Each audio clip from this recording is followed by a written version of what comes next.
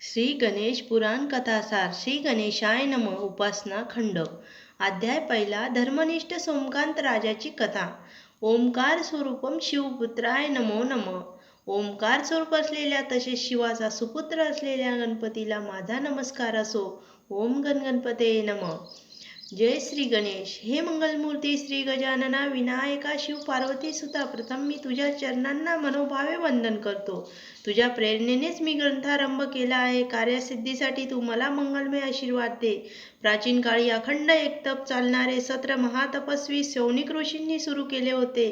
तेथे पुराणाबद्दल माहिती असणारे व लोकांना समजावून सांगणारे अनेक विद्वान तसेच ऋषीमुनीही आले होते. या सत्रात लोकाद्वारासाठी सूत नानाविध पौराणिक कथा व उपकथा श्रोत्यांना सांगत असत. श्रोत्यांनी या कथा श्रवण केल्यानंतर समाधान वाटत असे. अशा पद्धतीने त्यांनी श्रोत समुदायास 18 महापुराणे सांगितली. महापुराणाचे श्रवण करून तृप्त झालेले ऋषी मुनींनी सुतांना म्हणाले, खरोखरच आम्ही महापुराणे ऐकून धन्य झालो. तुम्ही ही 18 महापुराणे अत्यंत सोप्या रसाळ भाषेत सांगितल्यामुळे ती सर्वांना कळली. खरोखरच तुमच्यावर शारदेची कृपा आहे. आता अशाच काही पुण्यमय कथा सांगून आम्हाला ज्ञानवंत करा. हे ऐकून सूत त्या ऋषींना म्हणाले, तुमच्यासारखे श्रोते लाभले त्यामुळेच आम्ही हे सांगू शकलो. आपण प्रथम 18 पुराणे श्रवण केलेली आहेत, तशीच आणखी 18 उपपुराणे सांगण्याचा आमचा मनोदय आहे. या 18 उपपुराणामध्ये 3 सर्वश्रेष्ठ पुराणे आहेत. ही 3 सर्वश्रेष्ठ पुराणे म्हणजे नरसिंह पुराण, नारदीय पुराण व गणेश पुराण होय. प्रथम मी आपणास गणेश पुराण सांगणार आहेत. श्री गणेश हा शिव पार्वतीचा सुपुत्र होय. श्री गणेशास सर्व देव देवतांमध्ये अग्र पूजेचा मान मिळाला आहे. तो सुखकर्ता दुःखहर्ता आहे. अशा या विनायकाचे पुराण पृथ्वी तलावर ऐकण्यास दुर्लभ आहे. तुम्ही सर्वजण भाग्यवंत आहात, त्यामुळे ही सुवर्ण संधी तुम्हाला मिळाली. गणेश पुराणाचे वाचन श्रवण केल्याने यश, लक्ष्मी, औदार्य, ज्ञान, वैराग्य, ऐश्वर्य याची प्राप्ती होते. मी आपणास बुद्धिदाता गणेशाचे पुराण सांगणार आहे. एक गणेश भक्त आहे. मला श्री गणेश जशी प्रेरणा देईल त्याप्रमाणे मी हे गणेशाचे महात्म्य तुम्हाला सांगणार आहे. आपण ते शांत चित्ताने ऐकावे. भक्तिमय अंतकरणाने श्रद्धापूर्वक ऐकावे ही नम्र विनंती. हे पवित्र पुण्यकारक गणेश पुराण प्रथम महर्षी व्यासांनी भृगूंनी सोमकांत नृपास व सोमकांत राजांनी हे सर्व लोकांना सांगितले. आता मी प्रथम तुम्हाला पुण्यवान सोमकांत राजाची कथा सांगतो, ती ऐका. सौराष्ट्र देशात देवनगरीमध्ये फार वर्षापूर्वी सोमकांत नामक एक सत्वशील राजा होऊन गेला. तो वेदज्ञानी, धर्मनिष्ठ व प्रजादक्ष होता. त्याच्याजवळ घोडदळ, पायदळ इतर सारखे विविध सैन्य होते. त्याला सरस्वतीच्या कृपेने बृहस्पती ऋषीसारखी मती लाभली होती. त्याच्याजवळ कुबेरालाही हेवा वाटेल एवढे ऐश्वर होते. हा राजा कीर्तिवंत, वरदवंत, यशवंत होता. अशा या राजाचे 5 विश्वासू प्रधान होते. विद्याधीश, रूपवान, क्षमकर, सुबल, अन्यानगम्य अशी त्या 5 प्रधानांची नावे होती. हे सर्व प्रधान राजाप्रमाणे चतुरस्र होते. त्यांनी आसपासचे अनेक प्रदेश जिंकून सोमकांत राजाचा राज्यकारभार सुरळीतपणे चालवला होता. त्या सोमकांत राजास सत्वशील, सुविध, पतिव्रता पत्नी लाभली होती. सुधर्मा असे त्या राणीचे नाव होते. आलेल्या अतिथ्याचे स्वागत करणे तिला फार आवडे.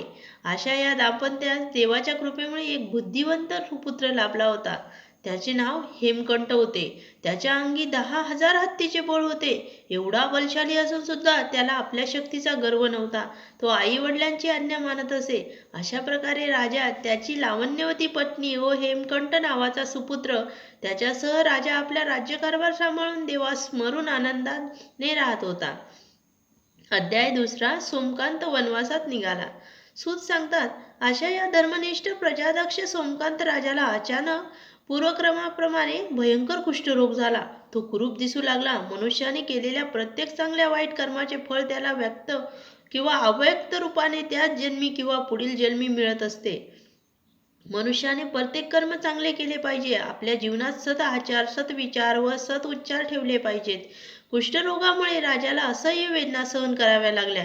त्याच्या अंगावर शेते पडली, त्यातून रक्त आणि पू वाहू लागला. त्यामुळे त्याच्या शरीराला दुर्गंधी येऊ लागली. राजास वाटू लागले की आता आपल्या जीवनात रस नाही. या कुष्ठरोगामुळे त्याला जीवन नकोसे झाले. त्यामुळे एके दिवशी राजाने आपले विश्वासप्रधान सुपुत्र व प्रियतमेस बोलावले व त्यांना आपली दुःखमयी कहाणी सांगितली. सोमकांत राजा म्हणाला, मी आजपर्यंत धर्माप्रमाणे आचार विचार उच्चार केले, सर्व शत्रूवर विजय मिळवला, खूप सत्ता संपत्ती मिळवली, पण यावेळी माझे नशीब बरोबर नाही. मला पूर्वजन्मातले कर्म भोगावे लागत आहे. माझ्या शरीराची क्रांती जन्मत तेजस्वी होते, त्यामुळे जन्मदात्यांनी माझे नाव सोमकांत असे ठेवले. पण या महारोगामुळे माझी वाईट अवस्था झाली आहे.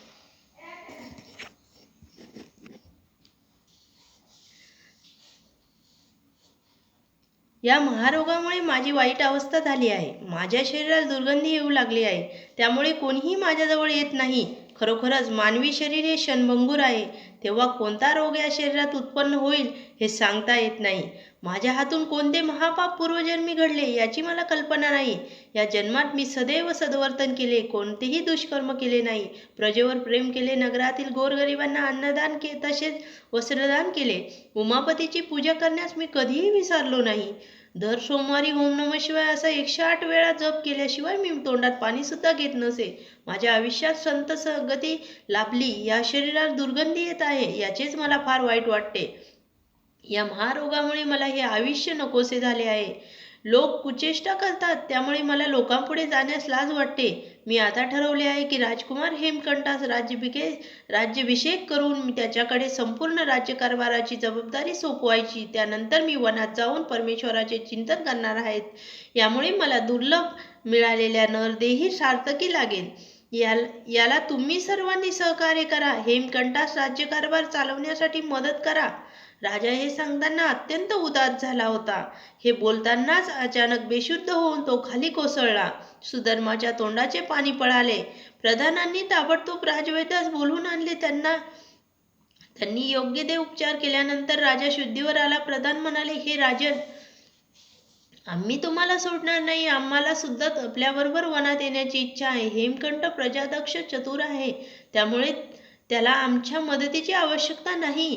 राजाची प्रियतमा सुधर्मा म्हणाली, स्वामी, मी अग्निसाक्षीने तुमच्याबरोबर विवाह केला आहे. तुम्हाला सर्वस्व अर्पण केले आहे. मी तुमच्याशिवाय राहू शकणार नाही. माझे पती परमेश्वर जिथे जिथे जातील तिथे मी येणार. मला तुमच्यापासून कोणीही विभक्त करू शकत नाही. राजाने, प्रधानाने व राणीने वनवासात जाण्याची तयारी सुरू केली. आपली मातोश्री पितासी वनवासात जाणार ही बातमी हेमकंठास कळाली. तेव्हा त्याला फार दुःख झाले. तो आपल्या जन्मदात्यांना म्हणाला, आई बाबा, तुम्ही नसताना मी येथे कारभार करू कसा? मला तुमच्याशिवाय राज्य करण्यास आवडणार नाही. मला जन्मभर तुमच्या पवित्र चरणाची सेवा करायची आहे. त्यामुळे मी तुमच्याबरोबर वनात येणार. आपल्या सुपुत्राचे आपल्यावरील प्रेम पाहून सोमकांत राजा हेमकंठास म्हणाला, तू आमचा सुपुत्र आहे. याची आज खात्री पडली. तू प्रथमपासून आई वडिलांची आज्ञा पाळत आहेस. माता पितांची आज्ञा पाळणे हा पुत्राचा धर्म आहे. यामुळे मी तुला आज्ञा देतो की प्रधानांच्या साहाय्याने व्यवस्थित उत्तमरित्या राज्यकारभार चालव. आमच्या दोघांचे आशीर्वाद सदैव तुझ्या पाठीशी आहे. जो पित्याच्या आज्ञेचे पालन करतो, त्याचे श्राद्ध करतो व गयेला पिंडदान करतो, तोच खरा सुपुत्र होय, असे शास्त्रवचन आहे. मी फक्त माझ्या जीवनसाथीच घेऊन वनात जाणार आहे. बाकी कोणीही माझ्याबरोबर येऊ नका, ही नम्र विनंती. अध्याय 3.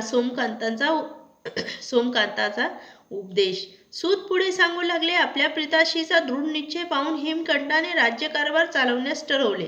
त्याने राजाला राज्य नीतीने कसे चालवावे याचे उत्तर विचारले. तेव्हा सोमकांत राजा राजनीती कशी चालते हे सांगू लागला. सोमकांत राजा म्हणाला, रोज ब्रह्मत मुहूर्तावर उठून शुद्ध ठिकाणी जाऊन प्रथम श्री गुरुचे स्मरण करावे. या संपूर्ण विश्वाला एका अंशाने धारण करणाऱ्या ईश्वराची स्तुती करावी. त्यानंतर आपल्या हातून जे काही अपराध होतात त्याची क्षमा मागण्यास भूमितेची प्रार्थना करावी. पुढे शिवपार्वती सुत श्री गजाननाची स्तुती करून गणेश पंचायतनाची मनोभावे प्रार्थना करावी. गणपती पंचायतन म्हणजे गणपती, महादेव, विष्णू, सूर्य व देवी होय. मग आपल्या कुलदेवतेचे स्मरण करावे, तसेच आपल्या उपस्य देवतेचेही स्मरण करून मानस पूजा करून आपल्या अपराधाची क्षमा मागावी. नंतर नगराच्या नैऋत्य दिशेत जाऊन विधीपूर्वक प्रातविधी समाप्त करावे. पुढे शीर वृक्ष व कटक वृक्ष यांच्या काष्टाने दंतवदन धावन करावे. त्यावेळी वनस्पतीची प्रार्थना करावी. नंतर थंड पाण्याने गंगा मातेचे स्मरण करीत स्नान करावे. त्यानंतर गायत्री मंत्राचा जप करीत संध्या करावी. त्यानंतर पंचमहायज्ञ करावे. हे पंचमहायज्ञ म्हणजे वेदपठण, होम, तर्पण, बलिप्रदान व अतिथी सत्कार होय. मग ब्राह्मण व अतिथी सह पोटपूजा करावी. दुपारी पुराण, इतिहास शास्त्रे याचे शांत चित्ताने श्रवण करावे. राजा आणखी महत्वाच्या गोष्टी पुढे सांगू लागला. सदैव दुसऱ्याच्या कल्याणासाठी जिजावे, स्वतःचा फार स्वार्थ पाहू नये. परोपकार हे पुण्य आहे, तर परपीडा हे पाप आहे. दुसऱ्याची निंदा करणे किंवा त्याचा छळ करणे हे महापाप आहे. आपणच आपली स्तुती करू नये. स्त्री, पैसा, मान, सन्मान या गोष्टी लोकांपासून लपवून ठेवाव्यात. गुरुद्रोह करू नये. अत्यंत पवित्र अशा वेदाची निंदा करू नये. अपेय पान करू नये. मुक्या प्राण्यांना ठार मारू नये. त्यांचे मांस भक्षण करू नये. परधन व परस्त्री याबद्दल आसक्ती असू नये. सदैव धर्माप्रमाणे आचरण करावे. दुर्जनापासून दूर राहावे. असत्य भाषण करू नये. शास्त्रात सांगितल्याप्रमाणे अपराध्यांना यथायोग्य दंड करावा. त्यांना शासन करावे. याबद्दल आपणास माहिती नाही. त्याची माहिती सुज्ञ लोकांना विचारण्यास लाजू नये. कोणावरही पूर्णपणे विश्वास ठेवू नये. स्वतः कोणास फसवू नये व दुसऱ्याकडून आपण स्वतः फसवू नये. आपल्या शत्रूवर मुळीच विश्वास ठेवू नये. स्वस्त्रीशिवाय कुटील स्त्रीचा विचार करू नये. अत्यंत दक्षतेने राज्यकारभार करावा. प्रजेच्या दुःखाचे निवारण करावे. प्रजेस अन्न, वस्त्र, निवारा या जीवनावश्यक गोष्टी पुरवाव्यात. हेर हे राजाचे नेत्र असून दूध हे राजाचे मुख आहे. अपराधी लोकांना कडक शासन करावे. न्याय निवाडा करताना पुराव्याचा आधार घ्यावा. सर्व लोक नीतीप्रमाणे वागतात, कारण त्यांना शिक्षेचे भय असते. हे लक्षात ठेव. राज्यकारभार करताना कोणी स्तुती करतील तर कोणी निंदा करतील, त्याच्याकडे लक्ष देऊ नये. राज्यकारभार करताना सदैव ईश्वराचे स्मरण करासावे. आपल्या सर्व मसलती बाहेर फुटू देऊ नयेत. त्यासाठी विश्वासू लोकांनाच गुप्त गोष्टी सांगाव्यात. यश, लक्ष्मी, औदार्य, ज्ञान, वैराग्य, ऐश्वर्य या 6 गुणांची वृत्ती करावी. तसेच काम, क्रोध, लोभ, मद, मोह, मत्सर या 6 दोषापासून दूर राहावे. जेवढा आवश्यक असेल तेवढाच प्रजेकडून कर वसूल करावा. देवालये, उद्याने यांना दिलेल्या नेमणुका रद्द करू नयेत. स्त्रियांनी गुप्त गोष्टी सांगू नयेत, कारण त्यांच्याकडून त्या दुसरीकडे जातात. आपले शील सदैव जपावे. नातेवाईकांकडे फार जाऊ नये व अतिसंबंध ठेवू नये. आपल्या लहान मोठ्या सेवकांना आपला आदर्श समोर ठेवण्यास सांगावे. अशा प्रकारे हेमकंठास सोमकांत राजाने एकांतात राजनीतीचा उपदेश केला. त्यानंतर सोमकांत राजाने क्षेमकर, रूपवान व विद्याधीश या 3 प्रधानांना बोलावून राज्याभिषेकाची जय्यत तयारी करण्यास सांगितले. या राज्याभिषेकास सोहळ्यासाठी 7 पवित्र नद्याचे पाणी आणले होते. राज्याभिषेकासाठी ब्राह्मण, नातेवाईक, मित्रमंडळी, देशोदेशीचे राजे आदींना निमंत्रण देण्यात आले. प्रथम श्री गजाननाचे पूजन करण्यात आले. त्यानंतर पुण्य हवाचन, मातुका पूजन, अभ्युदय, गंगापर्ण इतर धार्मिक विधी झाले. त्यानंतर सोमकांत राजाने स्वतःच्या करकमलांनी हेमकंठाच्या मस्तकावर सुवर्ण राजमुकुट ठेवला. राज्याभिषेक झाल्यानंतर सोमकांतने प्रधानांना प्रजेला हेमकंठाची काळजी घेण्याची नम्र विनंती केली. सर्वांनी हेमकंठ राजाचा जय जयकार केला. अध्याय 4. सोमकांताचे वनवास गमन. सूत सांगू लागले. राज्याभिषेक सोहळा पार पडल्यानंतर सोमकांत राजाने ब्राह्मणाचे विधी पूजन केले. प्रत्येक ब्राह्मणास 100 सुवर्ण मुद्रा दान केल्या. दरबारातील सरदाराचा व गुणी जनांचा हत्ती, घोडे, गायी देऊन सत्कार केला. अनेक प्रधानांना कित्येक गावाची जहागिरी दिली. त्यानंतर सोमकांत वनवासात जाण्यासाठी निघाला. आपल्या अन्नदाता आपल्याला सोडून वनवासात चालला आहे हे कळल्यावर प्रजेला दुःख झाले. प्रत्येक जण आपापली सर्व कामे बाजूला ठेवून राजापाठोपाठ वनवासात जाण्यासाठी तयार झाला. आपल्या जन्मदात्याचा विरह हेमकंठास सहन होईना. त्याच्या डोळ्यातून दुःखाश्रू वाहू लागले. तोही आपल्या मातापिताबरोबर वनवासात जाण्यासाठी निघाला. थोडे अंतर चालून गेल्यानंतर एक तळे लागले. त्या तळ्याकाठी राजा उभा राहून आपले मनोगत व्यक्त करू लागला. तो उपस्थित जनसमुदायास म्हणाला, तुमचे माझ्यावरील प्रेम पाहून मी धन्य झालो. मी राजा असताना माझ्या हातून काही अपराध झाले असल्यास मला क्षमा करावी. माझ्या सुपुत्रावर तुम्ही सर्वजण पुत्रवत प्रेम कराल अशी माझी अपेक्षा आहे. माझी आठवण ठेवा. आता तुम्ही सर्वजण आपापल्या घरी जा. हेमकंठ सर्वांचे यथा न्याय पालन करील. तुम्हाला कोणताही त्रास होणार नाही. आता माझ्यावर उपकार करून घरी जा. माझ्या पूर्वजन्माचे फळ मला भोगलेच पाहिजे. तुम्ही सर्वजण इथपर्यंत आलात त्याबद्दल तुम्हास कोटी कोटी धन्यवाद. काही वृद्ध लोक राजास म्हणाले, हे राजा, तू आम्हाला सोडून जाऊ नकोस. तुझ्याशिवाय हे नगर आम्हाला उदास वाटेल. तुझा सुपुत्र चतुरस्र आहे, यात काही वाद नाही. पण आम्हाला तुझीच सवय झाली आहे. आज तू आम्हाला सोडून चाललास याचे आम्हाला फार दुःख होत आहे. आम्ही सुद्धा तुझ्याबरोबर येणार. आपल्या देशात अनेक पवित्र तीर्थे आहे. काशी, गया, प्रयाग या तीर्थस्थळी तू यात्रेत जाऊन आलास तर तुझे शरीर पूर्ववत होईल. राजाने पुन्हा पुन्हा विनवणी करून त्या लोकांना समजावले. हेमकंठाचा कंठ दाटून आला. त्याला काय बोलावे ते समजेना. त्याच्या डोळ्यातून अश्रू वाहत होते. तो सोमकांत राजास म्हणाला, पिताश्री, आपल्या पवित्र चरणाचा आजपर्यंत मला कधीही वियोग झाला नव्हता. तुम्ही मला एकटे सोडून जाऊ नका. निर्गुण निराकार परमेश्वराचे सगुण साकार रूप म्हणजे माता पिता होय. देवाचे प्रेम करण्याची प्रत्येकाची ऐपत नसते. म्हणून तर देवाने आई वडिलांची योजना केली आहे. हे आपणास माहीत असेलच. तुमच्याशिवाय हे राज्य काय, मला आयुष्य सुद्धा नकोसे वाटते. तुम्ही घरी परत चला. तुम्हाला कोणताही त्रास होणार नाही. तुम्ही आजारी आहात. तुम्हाला विश्रांतीची नितांत आवश्यकता आहे. हे ऐकून राजा सोमकांत म्हणाला, अरे तू मायेत कसा अडकला आहेस? तुला माये मोहाच्या पलीकडे गेले पाहिजे. तुला नीतिशास्त्र सांगितले, त्यामध्ये मी धर्म, नीती व कर्तव्याचा उपदेश केला आहे. आता तू माझी आज्ञा मानून नगरात परत जा व राज्यकारभार कर. तू पित्याची आज्ञा मोडता कामा नये. आपल्या पित्याची आज्ञा प्रभू रामचंद्राने ऐकली. त्यांनी आपल्या राज्याचा त्याग करून 14 वर्षासाठी वनवास स्वीकारला. पित्याच्या आज्ञेवरून भक्त श्रवणकुमारने माता पिता तीर्थयात्रेस नेले होते. आता तू माझी आज्ञा शिरसावध मानून नगरात परत जा. माझ्या ह्या 5 प्रधानापैकी 3 प्रधानांनी तुझ्याबरोबर पाठवतो. ते तुला मार्गदर्शन करतील. प्रजेचे प्रेमपूर्वक पालन कर. मी केलेल्या राजनीतीप्रमाणे आचरण कर. मी तुला सर्व काही दिले आहे. त्याचा तू स्वीकार न केल्यास तुला महापाप लागेल. मी जर पूर्ववत झालो तर नक्की राज्यात परत येईल. तू काही काळजी करू नको. आपल्या पिताश्रीचा जड अंतकरणाने निरोप घेऊन त्याच्या चरणांना वंदन करून हेमकंठ राजा आपल्या नगरीत जाण्यासाठी निघाला. अध्याय 5. सुधर्मा व ऋषिकुमार यांची भेट. सूत सोमकांत राजाची कथा पुढे सांगू लागले. सोमकांताबरोबर त्यांची धर्मपत्नी सुद्धा राहणार होती. तिचे नाव होते सुधर्मा. नगरात जाण्याआधी हेमकंठाने आपल्या जन्मदात्रीचे दर्शन घेतले. तिला साष्टांग नमस्कार करून हेमकंठ म्हणाला, पिताश्रींना मी खूप समजावण्याचा प्रयत्न केला, पण ते काही ऐकत नाही. आता तू तरी मला एकटे सोडू नकोस. तू बालकास का सोडून चाललीस? मी तुझ्यावर प्रेम करण्यात कमी पडलो का ते सांग.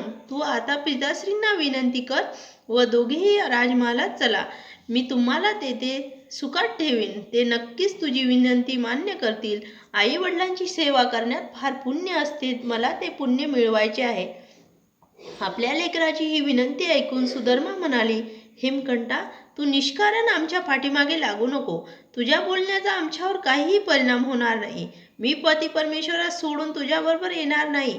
तू त्यांना कितीही समजावले तरी ते पुन्हा येणार नाही. ते दृढनिश्चयी आहेत. आता जन्मदात्रीची आज्ञा शिरोधार्य मानून तू राज्यात परत जा. व्यवस्थित राज्यकारभार कर. मला तुला सोडून जाताना फार दुःख होत आहे, पण माझ्या प्राणापेक्षा माझे पती मला प्रिय आहेत. त्यामुळे मी त्यांच्याबरोबर राहणार. माझा नाईलाज आहे. सोडून जाताना फार दुःख होत आहे, पण माझ्या प्राणापेक्षा माझे पती मला प्रिय आहेत, त्यामुळे मी त्यांच्याबरोबरच राहणार. माझा नाईलाज आहे. आपल्या जन्मदात्याची आज्ञा मानून हेमकंठ पुन्हा आपल्या राज्यात आला. राजपुत्र पुन्हा राज्यात आल्याने सर्वत्र आनंदोत्सव सुरू झाला. सुवासिनी स्त्रियांनी नवीन राजास औक्षण केले. सर्वत्र आनंदासाठी गुढ्या उभारण्यात आल्या. आपल्या सेवकांना हेमकंठाने सुवर्णमुद्रा भेट दिल्या. आपल्या वडिलांनी सांगितलेल्या राजनीतीप्रमाणे राज्यकारभार पाहण्यास सुरुवात केली. अशा पद्धतीने कथा ऐकून ऋषीमुनींनी श्रोतांना सांगितले की महाराज, आपण सोमकांत वनात निघून गेल्यानंतर पुढे काय घडले याचे कथन करावे, ही नम्र विनंती. सूत म्हणाले, हेमकंठास राजाकडे पाठवल्यानंतर सोमकांत सपत्नीक सुबल व ज्ञानगम्य या 2 विश्वासू प्रधानासह निबिड वनात गेला. चौघेही एकमेकांच्या विचाराने वागत होते. प्रधान अरण्यात सुद्धा राजास मान देत होते. आपली पावले झपाझप पुढे टाकत ते एका सरोवराच्या तीरावर आले. त्या सरोवरात हिस्र, मगर व दीर्घायुषी कासव होते. तसेच आजूबाजूस वृक्षसंपदा होती. या वृक्षसंपदेत देवदार, तमाल, बकुळ, पिंपळ, फणस, आंबा, जांभूळ, लिंबू वगैरेची झाडे होती. या वृक्षवेलीवर हंस, बगळे, पोपट, गानकोकिळा, ससाणे, चिमण्या, कावळे, कबुतरे, इतर पक्षी आनंदाने राहत होते. त्या भागात अनेक ऋषीमुनींचे आश्रम होते. त्यांनी आश्रमासाठी निसर्गरम्य जागा निवडली होती. त्या आश्रमातले ऋषींचे शिष्यगण तसेच ऋषीसुद्धा सरोवरातील मधुर पाणी व कमळे नेण्यासाठी येत असत. त्या चौघांनी सरोवरातील पाणी पाषाण करून आपली तहान भागवली. त्यांना तेथे मुक्त वातावरण लाभले. आपण जणू काही स्वर्गातच आलो आहे असे त्यांना वाटत होते. तेथे राजा राणीने स्नान केले. त्यानंतर सूर्यनारायणास मनोभावे वंदन करून गायत्री मंत्राचा जप केला. खूप चालून चालून सोमकांत राजाचे पाय दुखत होते, त्यामुळे त्याची प्रियतमा त्याचे पाय चेपत बसली. त्यानंतर दोन्ही प्रधान पोटपूजेसाठी बंदोबस्त करण्यासाठी कंदमुळे व सुमधुर फळे आणण्यासाठी अरण्यात निघून गेले. सोमकांतात झोप लागली. सुधर्मा मात्र जागी होती. तिला तळ्याजवळ एक पिळदार शरीरयष्टी असलेला तेजस्वी ऋषिकुमार दृष्टीस पडला. त्याला बघताच सुधर्माचा आनंद गगनात मावेना. हा तेजस्वी महात्मा आपले कल्याण करण्यासाठी तिथे आलेला आहे असे तिला वाटले. सुधर्माने त्या तेजस्वी ऋषिपुत्रास हाक मारली. तो ऋषिकुमार सुधर्माकडे आला व त्याला तिने वंदन केले. सुधर्मा म्हणाली, हे तेजस्वी ऋषिपुत्रा, तू कोण आहेस? तुझ्या आई वडिलांचे नाव काय? तू कोणत्या आश्रमात राहतोस? तिचे प्रश्न ऐकून ऋषिकुमार म्हणाला, हे माते, माझे नाव च्यवन आहे. माझ्या पिताश्रीचे नाव भृंगू व मातेचे नाव पुलोत्तमा आहे. आश्रमातील पानपोई भरण्यासाठी मी येथे पाणी नेण्यासाठी आलो आहे. आपण जर राजघराण्यातील दिसता, कृपया आपला परिचय द्यावा. या निर्जन अरण्यात तुम्ही का आलात? हा पुरुष दिसायला देखणा आहे, पण याच्या शरीरावर क्षते कशामुळे पडली आहेत? याच्या सर्वांगाला दुर्गंध येत आहे. असताना तू त्याची मनोभावे सेवा करीत आहेस. त्या अर्थी हा तुझा पती परमेश्वर आहे, पण अशा पुरुषाबरोबर तू शुभविवाह कसा काय केलास? भटजींनी यास संमती कशी काय दिली? तू एवढी लावण्यवती असताना तुला माळ कशी घातलीस? याला माळ कशी घातलीस? त्या च्यवनाचे अनेक प्रश्न ऐकून सुधर्मा म्हणाली, हा पुरुष म्हणजे सोमकांत राजा होय. मी त्याची धर्मपत्नी सुधर्मा. आम्ही दोघांस एक सुपुत्र आहे. त्याचे नाव हेमकंठ. त्याच्यावर सर्व राज्यकारभार सोपवून आम्ही येथे अरण्यात आलो आहे. सोमकांत राजाच्या पूर्वकर्मामुळे त्याला कुष्ठरोग झाला आहे. हा रोग दुर्धर आहे. आता उरलेले आयुष्यातील दिवस प्रभुचिंतनात शांत चित्ताने घालवावेत म्हणून आम्ही येथे आलो आहेत. या सोमकांत राजाकडे कशाचीही कमतरता नव्हती, पण त्याच्या शरीराला येणाऱ्या दुर्गंधीमुळे लोक त्याच्याजवळ उभे राहण्यास तयार होत नाहीत. विवाहानंतर त्यांना कुष्ठरोग झाला आहे. आता या भयंकर रोगातून माझ्या पतीचा उद्धार कसा होईल हे मला समजत नाही. अध्याय 6. भृंगू ऋषीच्या आश्रमात आगमन. सूत सोमकांत राजाची कथा पुढे सांगू लागले. सुधर्मा राणीची बोलणे ऐकून च्यवनास वाईट वाटले. तो तेथील काही न बोलता गेला व आपल्या कलशात जल भरून आश्रमात आला. आपल्या पिताश्री समोर त्याने तो पाण्याने भरलेला कलश ठेवला व खाली मान घालून उभा राहिला. आपल्या सुपुत्राचे काहीतरी बिनसले आहे. त्याला कसले तरी दुःख आहे हे भृंगू ऋषींनी ओळखले. वडिलांनी त्याला विचारले, आज तू दुःखी का दिसतोस? आणि असा मान खाली घालून का उभा आहेस? च्यवनाच्या जन्मदात्यास सोमकांत राजाची सर्व हकीकत सांगितली. भृंगू ऋषी म्हणाले, अरे तू यामुळे एवढा दुःखी का झालास? त्या सर्वांना घेऊन तू आश्रमात ये. आपण त्यांचे दुःख निवारण करू.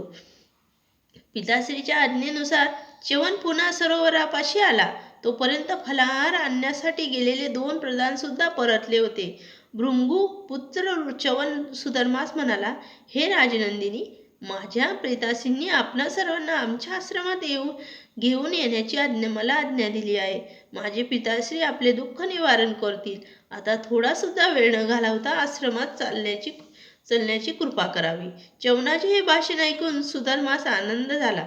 तिने परमेश्वराचे मनोमन आभार मानले. ते 5ही जण भृंगू ऋषीच्या आश्रमात जाण्यासाठी निघाले. अशा प्रकारे ती सर्व मंडळी भृंगू ऋषीच्या आश्रमात आली. त्यांच्या शिष्यांनी सोमकांत राजा, सुधर्मा राणी व 2 प्रधानांचे सहर्ष स्वागत केले. आश्रमात सर्वत्र वेदघोष सुरू होता. काही शिष्यमंडळ यज्ञ करत होते व अनेक देवदेवतांस आहुती देत होते. आश्रमात अनेक हिंस्र पशु सुद्धा होते. ते एकमेकांशी असलेले हाडवेर विसरून मुक्तपणे हिंडत होते. तेथे सुशीतल पवन होता. सूर्याची तळपती सूर्यकिरणे आश्रमात नव्हती. सर्वत्र सुगंध येत होता. त्या आश्रमात भृंगू ऋषी व्याघ्रचर्मावर शांत चित्ताने बसले होते. त्यांची मुद्रा तेजस्वी दिसत होती. त्यांचे दर्शन झाल्यावर सर्वांनी त्यांना नमस्कार केला. भृंगू ऋषींनी सर्वांना मंगलमय आशीर्वाद दिले. नंतर सोमकांत राजा पुढे आला व हात जोडून नम्रपणे भृंगू ऋषींना म्हणाला, हे मुनिवर, आपली कीर्ती त्रिलोकात पसरलेली आहे. माझे भाग्य थोर म्हणून आज मला आपले दिव्य दर्शन झाले. माझ्या पूर्वजांची पुण्याई थोर म्हणून मला आपला सहवास लाभला. अशी सुवर्णसंधी फारच थोड्या भाग्यवंतांना मिळते. स्वामीजी, माझ्याकडे कशाची कमतरता नव्हती, तरी पण माझ्या अंगी अहंकार नव्हता. मी प्रजेवर पुत्रवत प्रेम केले. मी माझ्या जीवनात सदैव सत आचार सत विचार सत उच्चाराचे पालन केले. मी शंभो महादेवाची भक्ती सुद्धा केली. असे असून सुद्धा मला कुष्ठरोग झाला. माझ्या पूर्वजन्मीच्या पापामुळेच मला हा रोग झाला आहे. मी रोग निवारण्यासाठी खूप प्रयत्न केले, अनेक औषधी घेतली, पण सर्व परिश्रम व्यर्थ गेले. ऋषीजी आपली पुण्याई थोर आहे, त्यामुळेच आपल्या आश्रमात हिस्र पशु सुद्धा एकमेकांचे हाडवेर विसरून मुक्तपणे हिंडत आहेत. यामुळे माझ्या मनात आपल्याबद्दल दृढ विश्वास आहे की आपणच मला या दुर्धर व्याधीतून मुक्त करा. मी आपले उपकार आयुष्यभर विसरणार नाही. आपण शीघ्रतेने काहीतरी उपाययोजना करावी. मला या रोगाचा कंटाळा आला आहे. काही वेळा आपण आत्महत्या करावी असे वाटते, पण आत्महत्या पाप आहे याची जाणीव असल्याने मी मनात समजावतो. आता मी तुम्हाला पूर्णपणे शरण आलो आहे. आता तुम्हीच मला या दुर्धर रोगापासून मुक्त करा. ही तुम्हाला कळकळीची विनंती. सोमकांत राजांची विनंती ऐकून तपस्वी भृंगू ऋषी म्हणाले, राजन, तू काळजी करू नकोस. आपल्या सर्वांची काळजी घेणारा परमेश्वर आहे. त्याच्यावर तू पूर्ण विश्वास ठेव. आजपर्यंत माझ्या आश्रमात आलेल्या सर्व दुःखी लोकांना मी दुःखमुक्त केले आहे. तसेच संकटात सापडलेल्या लोकांना संकटातून सोडवले आहे. मला तुझे परम दुःख कळाले आहे. माझ्याकडे त्यावर जालिम औषध सुद्धा आहे. हे सर्व तुला पूर्वजन्मीच्या भयंकर पापामुळेच भोगावे लागत आहे. तू जर पूर्वजन्मी पाप केले नसते तर तुला कुष्ठरोग झालाच नसता. ईश्वर सर्वांना सर्व कर्माची फळे व्यक्त व अव्यक्त रूपात देत असतो. मनुष्याने सदैव ईश्वराचे स्मरण करावे. त्यामुळे त्याच्या हातून नेहमी चांगलीच कर्मे होतात. तसेच काम, क्रोध, लोभ, मद, मोह, मत्सर या शत्रूवर विजय मिळवता आला पाहिजे. तू पूर्वजन्मी कोणते पाप केले होतेस हे मी तुला दिव्य दृष्टीने सांगेन. तू आता निवांत हो.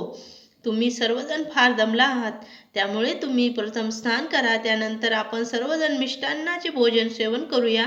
त्यानंतर विश्रांती घ्या.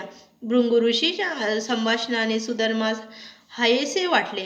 त्यानंतर सर्वांनी स्नान केले. भृंगू ऋषींनी स्वतःच्या करकमलांनी सर्वांना उंची व वस्त्रालंकार दिले. सर्वांनी भोजनाचा आस्वाद घेतला. भोजन झाल्यानंतर सर्वजण निद्राधीन झाले. सोमकांत राजा झोप केव्हा लागली सुधर्मास कळले नाही सुद्धा नाही. राजा आज चिंतामुक्त झाला होता, त्यामुळे शांततेने झोपला होता. आता कुष्ठरोगाच्या वेदना जास्त दिवस सहन कराव्या लागणार नाही, यामुळे तो आनंदित होता. एवढा परमानंद सोमकांत राजा राजवाड्यात असताना सुद्धा झाला नव्हता. अध्याय 7. सोमकांतचा मागील जन्म. त्या रात्रीनंतर भृंग ऋषी प्रातकाळी उठले. त्यांनी प्रथम भूमातेस व देवास वंदन केले. त्यानंतर अभ्यंग स्नान केले. नंतर सूर्यनारायणाची प्रार्थना केली. त्यांनी आपल्या एका शिष्याकडून सोमकांत राजास बोलावले. सोमकांत राजा आला. त्याने प्रथम भृंग ऋषीच्या चरणकमलांना वंदन केले. भृंग ऋषींनी आपल्या दिव्य दृष्टीने सोमकांत राजाचे पूर्वजन्माचे चरित्र सांगण्यास प्रारंभ केला. ते म्हणाले, हे राजन, आता मी तुला तुझ्या पूर्वचरित्र सांगतो, ते लक्षपूर्वक ऐक. फार फार वर्षापूर्वी विंध्य पर्वताजवळ कोल्हार नावाची एक सुंदर नगरी होती. या नगरीत एक धनाढ्य वैश्य राहत होता. त्याचे नाव होते चिद्रूप. त्याला सुशील पतिव्रता प्रियतमा लाभली होती. तिचे नाव सुभगा. त्यांना खूप वर्ष झाली तरी मुलबाळ नव्हते.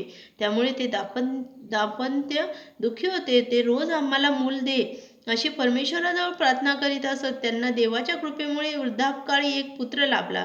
त्यांनी त्याचे नाव कामदा ठेवले. त्याच्या आई वडिलांनी त्याचे फार लाड केले. त्याला लाडाने वेडे केले. त्यामुळे त्याने आई वडिलांच्या संमतीशिवाय एका तरुणीशी विवाह केला. ही तरुणी दिसायला लावण्यवती होती. त्यांनी आपल्या लाडक्या सुनेचे नाव कुटुंबिनी असे ठेवले. ती पतिव्रता होती. ती आपल्या सासू सासऱ्यांना आई वडीलच मानत होती. ती देवाची पूजा करत असे, व्रत वैकल्य करीत असे, तसेच अतिथींचे स्वागत करीत असे. भोजन दिल्याशिवाय ती अतिथींना सोडत नसे. अशा या थोर पतिव्रता स्त्रीस 7 पुत्र व 5 कन्या लाभल्या. यामुळे चिद्रूप व त्याच्या पत्नीस आनंद झाला. ते दोघेही वृद्धपणी नातवंडाच्या बाललीलात रमून गेले. या पृथ्वीवर जन्म घेतलेल्या प्रत्येकास एक ना एक दिवस दुसऱ्याच्या खांद्यावर स्मशानात जावे लागते. निसर्ग नियमाप्रमाणे चिद्रूप वैश्य यमलोकी गेला. आपल्या पती परमेश्वराचा विरह सहन न झाल्याने त्याची प्रियतमा सुद्धा सती केली. आई वडिलांच्या निधनानंतर सर्व संपत्ती कामदाच्या हाती गेली. चिद्रूप धनाढ्य असल्याने खूप संपत्ती होती. कामदास संपत्तीचा गर्व झाला.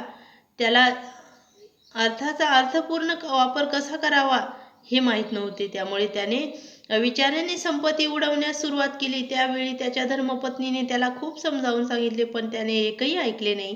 थोड्या दिवसात कामदास संपत्ती विरहित झाला. पैशाची देवता चंचल असते, त्यामुळे लक्ष्मीची पूजा करून आपल्या मार्गासाठी पैसे खर्च करणे आवश्यक आहे. एकही पैसा शिल्लक न राहिल्यामुळे कामदास स्वतःचे घर विकावे लागले. त्यामुळे त्याला आपल्या प्रियतमास व 12 मुलास माहेरी पाठवून दिले. बायका मुले गावी गेल्यानंतर कामदाने आपले घर विकून टाकले. त्यानंतर त्याला सुद्धी सुचली की नाही. तो अनेक प्रकारची नकट कारस्थाने करू लागला. लोकांना फसवू लागला. अशा पद्धतीने वाममार्गाने पैसे मिळवण्यात तो तरबेज झाला. त्यातच त्याला दुष्ट लोकांची संगत लागली. त्यामुळे तो अपेयपान करू लागला. तसेच कुटील स्त्रियांकडे जाऊन तेथे रमू लागला.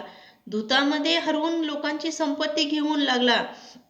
वडिलांनी दिलेले कर्ज वसूल करण्यासाठी तो कर्जदारांना खोटे हिशोब दाखवू लागला. खोटे बोलू लागला व जबरदस्तीने कर्ज वसुली करू लागला. अशा या शिलंपट लबाड कामधंद्याच्या हरकतीमुळे जनता त्रस्त झाली. प्रजेने कामधंदा विरुद्ध नफाकडे तक्रार केली. त्यास शिक्षा म्हणून राजाने कामदास नगराबाहेर हाकलून दिले. नगराबाहेर हाकलून दिल्याने त्याला बरे वाटले. त्याने अरण्यात मुक्काम ठोकला. अरण्यात येणाऱ्या वाटसरूंना लुटून तो ठार मारत असे. तो अरण्यातील पशुपक्ष्यांना ठार मारून आपले पोट भरू लागला. असे करता करता त्याच्याजवळ अमाप संपत्ती जमा झाली. त्याने अरण्यात मोठे घर बांधले व हाताखाली 10 गुंडांना कामासाठी ठेवले. त्याच्यावर तो सर्व जबाबदारी टाकून घरात शांतपणे बसत असे. असे खूप दिवस गेल्यानंतर त्या अरण्यात एक ब्राह्मण वाटसरू आला. त्या ब्राह्मणाचे नाव होते गुणवर्धन. नावाप्रमाणेच त्याच्या अंगी अनेक गुण होते. त्याला कामदाने एकदम पकडले. आता आपले काही खरे नाही हे गुणवर्धनाने ओळखले. तो शेवटची घटका मोजू लागला.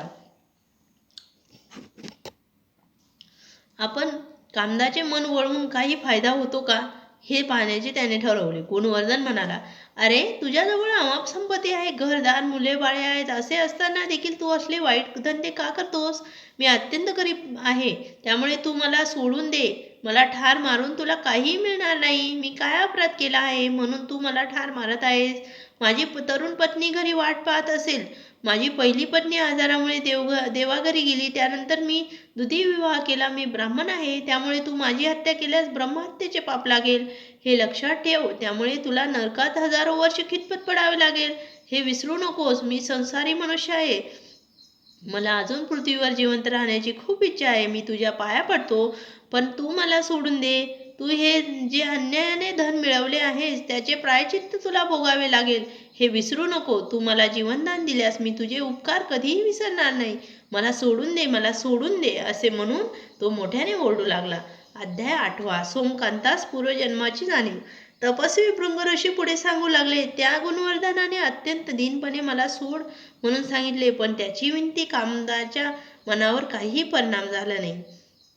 तो आपल्या निश्चयावर ठाम होता. याला मुख्य कारण म्हणजे अनेक पापकर्मे केली होती, त्यामुळे त्याचे मन गुणवर्धनास सोडून देण्यास तयार होईना. मनाला सदैव चांगल्या गोष्टीची सवय लावली पाहिजे. मन हे नेहमी वाईट गोष्टीकडे सैरावैरा धावत असते. मनुष्यानेच त्याला ताब्यात ठेवले पाहिजे. कामद गुणवर्धनास म्हणाला, अरे तू विद्वान असला तरी मला त्याचा काय फायदा नाही. तुझ्याजवळ काय विद्वत्ता आहे ती यमास दाखव. मला उपदेश करून तू उगीच शक्ती खर्च करू नकोस. मी माझ्या मनाचा राजा आहे, मला दुसऱ्या कुणाचेही ऐकण्याची सवय नाही. एखाद्या वेड्या मनुष्यास तत्वज्ञान सांगितले तरी त्याचा काही फायदा होत नाही. असे तू मला उपदेश केल्यामुळे माझ्यावर काहीही परिणाम होणार नाही. माझ्या मनाला काम, क्रोध, लोभ, मद, मोह, मत्सर या 6 शत्रूंनी वेढा घातलेला आहे. माझ्याजवळ अमाप संपत्ती आहे, त्यामुळे मी तुझ्यासारखा गरीब ब्राह्मणास दया कशाला दाखवू? खूप दिवसापासून तू ठार मारण्यासाठी माझ्या हाती कोणीही आले नव्हते. बरे झाले, आता तुला यमसदनी पाठवतो. देवाचे शेवटचे स्मरण करून घे व मरणास तयार हो. भृंग ऋषी म्हणाले. असे गुणवर्धनास बोलून त्या पाषाण हृदयी कामदाने हातातील शमशरने त्या ब्राह्मणाचे डोके उडवले. कामदाच्या हातून अनेक ब्रह्महत्या झाल्या होत्या, हे मी तुला त्यापैकी एक उदाहरण म्हणून सांगितले. त्याचा तारुण्याचा जोम हळूहळू कमी होऊ लागला. त्याने प्रौढत्वात पदार्पण केले.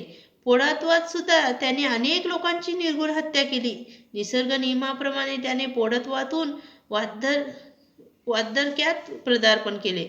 वार्धक्यात त्याला धड चालता येईना, बोलता येईना, हातपाय थरथरू लागले, डोळ्यांना कमी दिसू लागले. त्याच्या नोकर चाकरांनी तसेच पुत्रांनी, मित्रमंडळींनी हा केव्हा एकदा देवाघरी जातोय असे वाटू लागले.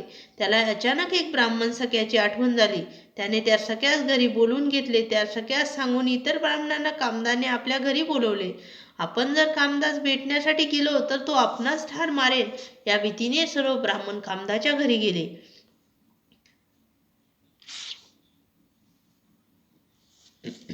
त्या ब्राह्मण समुदायास कामदाने प्रथम नमस्कार केला व म्हणाला, हे ब्राह्मण जन हो, माझ्या हातून अनेक पापे झाली आहे. मला आता सर्वत्र यमाची छाया दिसू लागली आहे. मला मरणापूर्वी थोडेसे पुण्यकर्म करायचे आहे, त्यामुळे मी आपणा सर्वांना 100 सुवर्ण मुद्रा दान करणार आहे. यावर आपले काय मत आहे? त्या ब्राह्मण समुदायातील 2 ब्राह्मण म्हणाले, शिव शिव शिव, अरे रे, तुझ्यासारखा महापापी चांडाळाकडून आम्ही दान स्वीकारणार नाही. तुझ्याकडून दान घेतल्यानेच काय, तुझ्याजवळ उभा राहिल्याने सुद्धा आम्हाला महापाप लागेल. आम्ही दान घेण्यापूर्वी तो मनुष्य सात्विक आहे का, त्याचे आचार विचार उच्चार कसे आहेत यावर त्रिवार विचार करत असतो. आणि ते स्वग्रही परतले.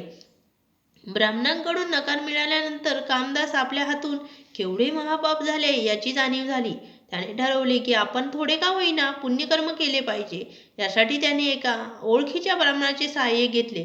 कामत ज्या अरण्यात राहत होता त्या घनदाट अरण्यात एक श्रीविनायकाचे जुने देऊळ होते.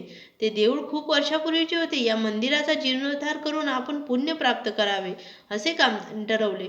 प्रथम त्याने गणेशाची प्रार्थना केली. त्यानंतर ताबडतोब आपल्या जवळील असलेल्या सर्व पैशांनी जीर्णोद्धार करण्यास सुरुवात केली. अत्यंत मनमोहक मंदिर बांधले. मंदिराच्या वरच्या बाजूस कोरीव काम करून घेतले. मंदिरातल्या भिंतींना श्री गणपती, अथर्वशीर्ष व गणपती स्तोत्र कोरून घेतले. मंदिराभोवती एक सुंदर बगीचा तयार केला आहे. तेथे येणाऱ्या गणेश भक्तांसाठी पानपोई बांधली. देवळात भक्तगणासाठी मोठी घंटा करून घेतली.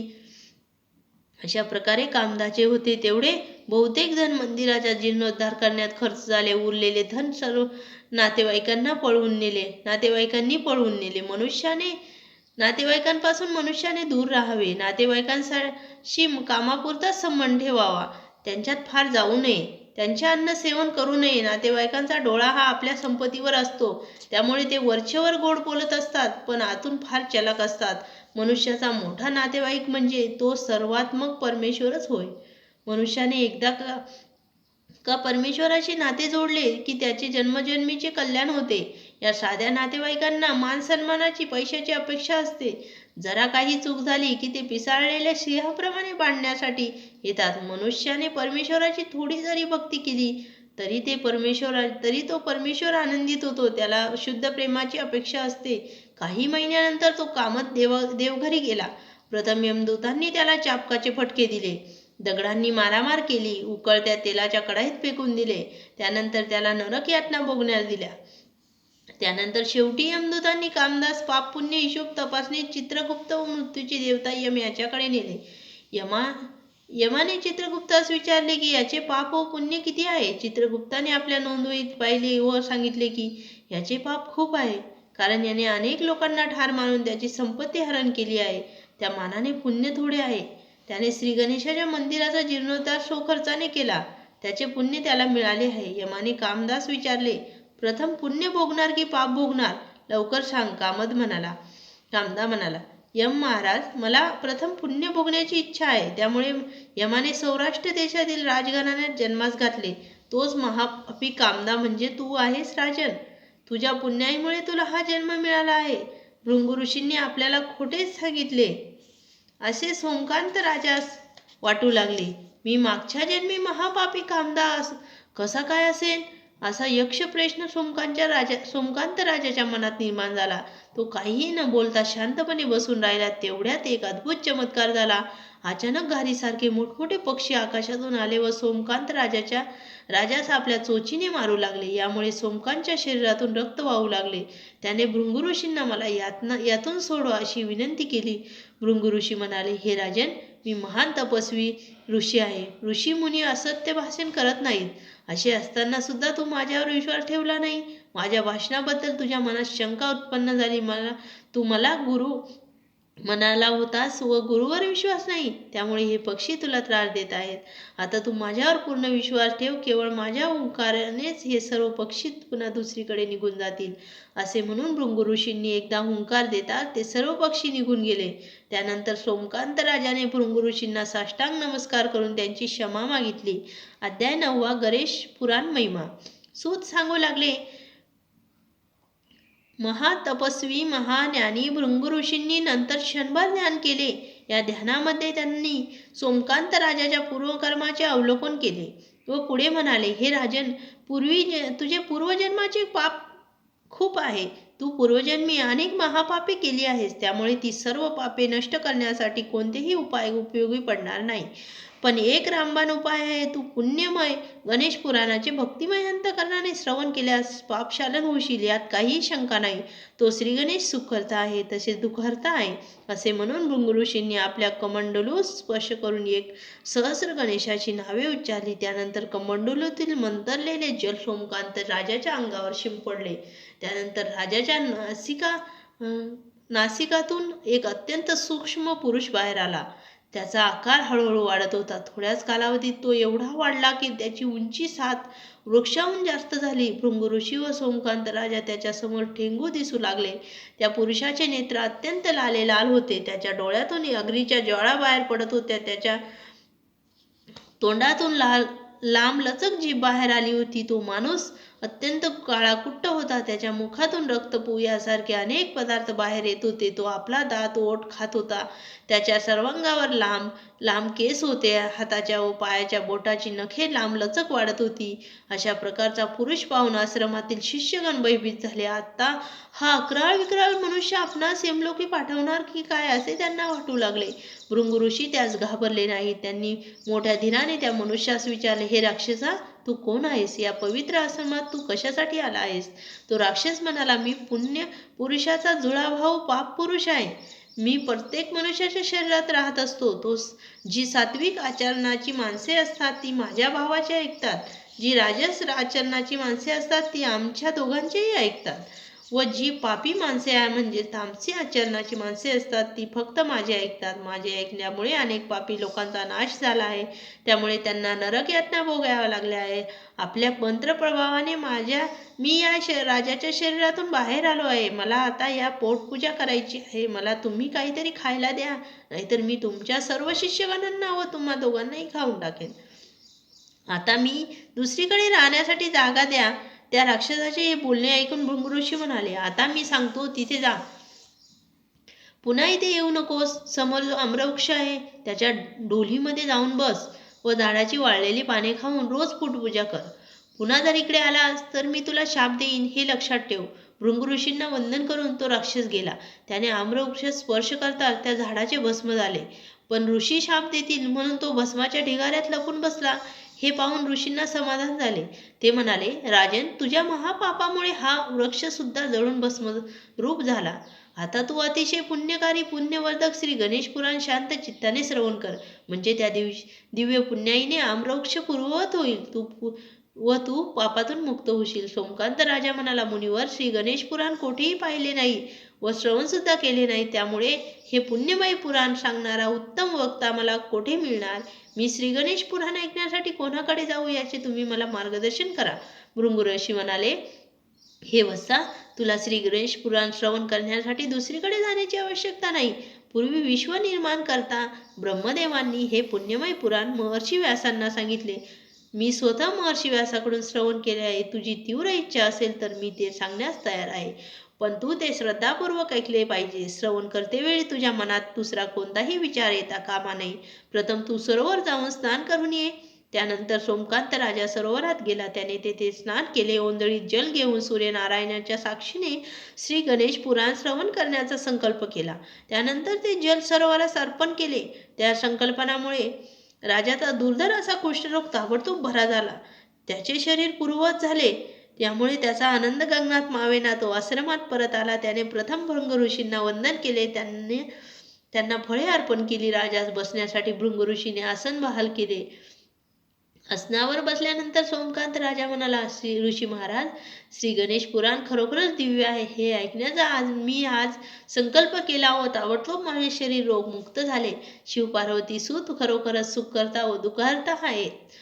भृंग ऋषी म्हणाले, बरे झाले, तुलाच खात्री पटली. अनेक जन्माचे पुण्य ज्याला लाभले आहे त्यालाच हे श्री गणेश पुराण ऐकण्यास मिळते. ही सुवर्ण संधी काही भाग्यवंतांनाच मिळते. हे पुण्यमय श्री गणेश पुराण जे श्रवण करतील त्यांची जन्मजन्मांतरीचे पापे नष्ट होऊन जातील. त्यांच्या घरात सुख, शांती, समाधान नांदेल. तसेच त्यांना यश, लक्ष्मी, औदार्य, ज्ञान, वैराग्य, ऐश्वर्य याची प्राप्ती होईल. त्यांच्यावर कोणत्याही ग्रहाची बाधा चालणार नाही. हे गणेश पुराण भविष्य काळात जो कोणी सांगेल त्याची सुद्धा सर्व पापे नाहीशी होतील. या गणेश पुराणाचे श्रवण वाचन केल्यामुळे कलियुगात मनुष्य प्राणी भवसागरातून तरुण जाईल. प्रत्यक्ष सहस्रमुखी शेष सुद्धा या श्री गणेश पुराणाचे वर्णन करण्यास असमर्थ आहे. तरी सुद्धा महर्षी व्यासांनी मला जे काही सांगितले ते मी तुला सांगतो. तू ते शांत चित्ताने श्रवण कर. मुख्य म्हणजे ज्याची मंगलमूर्तीवर पूर्णपणे श्रद्धापूर्ण भक्ती असेल त्यानेच हे श्री गणेश पुराण श्रवण करावे. मी दिव्य दृष्टीने पाहिले की तुझी श्री गजाननावर भक्ती आहे. त्यामुळे आता श्री गणेश पुराण सांगण्यास प्रारंभ करतो. अध्याय 10. व्यासांची ब्रह्मदेवा सविनय प्रार्थना. भृंग ऋषी सांगू लागले, नारायणाच्या एका अंशापासून महर्षी व्यास निर्माण झाले. महर्षी व्यास महान तपस्वी तसेच ज्ञानी सुद्धा होते. त्यांनी एका वेदाचे 4 विभाग केले. ते 4 विभाग म्हणजे ऋग्वेद, यजुर्वेद, सामवेद व अथर्ववेद हे होय. हे 4 वेद मनुष्याने समजावून घेतले पाहिजे. त्यांनी वेदाचे ज्ञान समजावून घेण्याचा प्रयत्न केला पाहिजे. त्यासाठी त्यांनी पुराणे रचण्यास सुरुवात केली. त्यांना ज्ञानाचा गर्व झाला होता. आपल्यासारखा ज्ञानी पुरुष या त्रैलोक्यात कोणीही नाही असे त्यांना वाटू लागले. पुराणे रचण्यापूर्वी आपली दिव्य रचना निर्विघ्नपणे पार पाडावी म्हणून त्यांनी श्री गजाननाचे किंवा इतर कोणत्याही देवदेवतेचे स्मरण केले नाही. त्यामुळे त्यांची बुद्धी भ्रमिष्ट झाली. त्यांनी आपण पुढे काय लिहावे हे सुचेना. त्यांना स्मृतिभ्रंश होऊ लागला. काही आठवेना अशी त्यांची बिकट अवस्था झाली. त्यांची बुद्धी तटस्थ झाली. व्यास एवढे महाज्ञानी महातपस्वी असून सुद्धा आपली बुद्धी तटस्थ का झाली हे त्यांना कळेना. याचे कारण विचारण्याचे ते विश्व निर्माण करता ब्रह्मदेवाकडे गेले. ब्रह्मदेवाचे सत्यलोकी वास्तव्य होते. महर्षी व्यास ब्रह्मदेवाकडे शंका निरसन करण्यासाठी गेले. ब्रह्मदेवाने महर्षी व्यासांचे स्वागत केले. त्यांना आसन ग्रहण करण्यास सांगितले. व्यास म्हणाले, हे देवादिदेवा ब्रह्मदेवा, तुला कोटी कोटी प्रणाम. तू या अफाट विश्वाची निर्मिती केली. श्री नारायणाने हे सर्व विश्व एका अंशाने धारण केले व शंभो महादेव या विश्वाचा संहार करतील. खरोखरच तुम्ही त्रिदेव महान आहात. हे ब्रह्मदेवा, पृथ्वीवर भयंकर कलियुग सुरू झाले आहे. त्यामुळे मी दुःखी झालो आहे. लोक पापचरण करू लागले आहे. मुले आई वडिला सोडून दुसरीकडे राहण्यास जात आहेत. पती पत्नी एकमेकांच्या चरित्रावर संशय घेऊन भांडू लागले आहेत. पैसा मान सन्मान यावरून लोकांमध्ये भांडणे सुरू आहेत. सर्व लोक व्यसनाच्या आहारी गेले आहे. देवास मानवास कोणीही तयार नाही. सर्वात मोठे पाप म्हणजे वेदाची निंदा करणे होय. हे पाप करण्यात सुद्धा लोक पुढे मागे पाहत नाही. स्त्री पुरुषाचे वागणे स्वच्छंदी झाले आहे. खरोखरच पृथ्वीवर काही नीतिमत्ता राहिली नाही. त्यामुळे मी माझ्यामध्ये योधाचा गूढ अर्थ सांगितला आहे. अशा पुराणाची रचना करण्यास सुरुवात केली, पण अचानक माझी मती कुंठित झाली. पुढे काय लिहावे हे मला सुचेना. अचानकपणे ज्ञानी मनुष्याचे अज्ञानी मनुष्यात रूपांतर झाले. तुम्हीच विश्व निर्माण केलेत. त्या अर्थी याचे कारण तुम्हाला माहीत असेल. कृपया याचे मला कारण सांगण्याची कृपा करावी. ब्रह्मदेवा, मला यावर एखादा उपाय सुद्धा सांगा. महर्षी व्यासांची ही नम्र प्रार्थना ऐकून ब्रह्मदेवाने थोडा विचार केला व म्हणाले, हे वत्सा, कोणतेही कार्य हाती घेण्यापूर्वी त्याचा सर्वांगाने विचार केला पाहिजे. गर्वाने दुसऱ्यास आव्हान देऊन जे कार्य आपल्याला येत नसेल ते करू नये. कोणतेही कार्य करताना मनामध्ये नम्रता असावी. गर्वाने कोणत्याही कार्यास सुरुवात केल्यास अनेक विघ्नांचा सामना करावा लागतो. गर्वाचे घर सदैव खाली असते, हे लक्षात ठेवावे. गर्वामुळे अनेकांची फजिती तसेच नाश झाला आहे. रावणाला गर्व झाला होता, त्यामुळे श्रीरामाने त्याला ठार मारून टाकले. दुर्योधनाला सुद्धा गर्व झाला होता, त्यामुळे पांडवांनी त्यांचा व संपूर्ण कुळाचा नाश केला. आपण त्रैलोक्यात ज्ञानी आहोत असा तुला गर्व झाला होता, त्यामुळेच शारदा तुझ्यावर चिडली व तुझी मती कुंठित झाली. मनुष्याने ज्ञानाचा गर्व कधीही करू नये. एकापेक्षा एक हुशार लोक सर्वत्र आहेत. तसेच दुसरा एखादा चांगले कार्य करीत असेल तर त्याचे पाय मागे ओढू नये. मनुष्याची हुशारी पाहताना उच्च नीच असा भेद मानू नये. तू कोणतेही कार्य करण्यापूर्वी मंगलमूर्ती श्री गजाननाचे स्मरण करत जा. श्री गणेश सहस्रनामावलीने गणेशाची पूजा करीत जा. श्री गणेश हा विघ्नहर्ता आहे. कोणत्याही कार्याच्या प्रसंगी प्रथम श्री गणेशाचे पूजन करणे आवश्यक आहे. त्याला सर्व देवदेवतांमध्ये अग्रपूजेचा मान मिळाला आहे. श्री गणेश सर्व विघ्नांचा संकटनाश करतो. प्रत्येक मनुष्याने रोज स्नान केल्यानंतर गणपतीचे अथर्व शीर्ष किंवा गणपती स्तोत्र किंवा गणेश सहस्रनामावली म्हणणे आवश्यक आहे. ज्या मनुष्यांवर मंगलमूर्ती प्रसन्न असतो त्याच्यावर सर्व देवदेवता संतुष्ट असतात. त्याच्या सर्व मनोकामना पूर्ण होतात. विघ्नहर्ता सुखकर्ता श्री गजाननाचे गर्वामुळे स्मरण केले नाही, त्यामुळे तुझी बुद्धी कुंठित झाली. आता तू आश्रमात जाऊन प्रथम गणेशाचे पूजन कर. त्यांच्या कृपेने तुझी बुद्धी पूर्ववत होऊन तुला पुराण लिखण्यास प्रारंभ करता येईल. ब्रह्मदेवाचा उपदेश ऐकल्यानंतर महर्षी व्यास म्हणाले, हे करून सागरा, माझी मती कुंठित झाल्याने मला स्मृतिभ्रंश झाला. त्यामुळे हा शिव पार्वती सूत श्री गणेश कोण, याची सहस्रनामे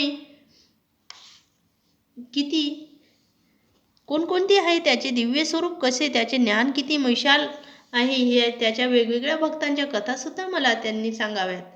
मला सांगत त्यांनी घेतलेल्या विविध अवताराबद्दल सुद्धा मला काही सांगा. अध्याय 11 एकाक्षरी श्री गणेश मंत्राचा महिमा.